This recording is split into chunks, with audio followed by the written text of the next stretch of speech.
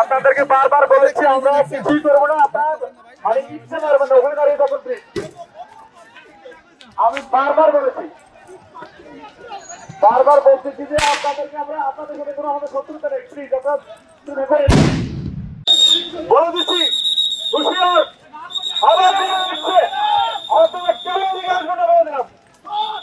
দেশের শান্তি রক্ষার্থে আমাদের নিরাপত্তা রক্ষার্থে আমরা কিন্তু গুলি চালাতে বাধ্য হব।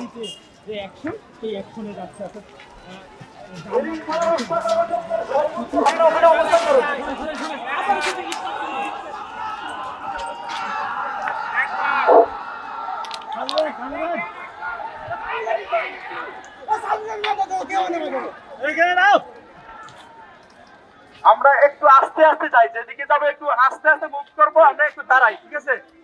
আমরা যদি সবাই একত্রিত ভাবে মুভ করি তাহলে হবে কি করে? একটু একটু ধীর গতিতে যাই। ক্ষুব্ধ জনতা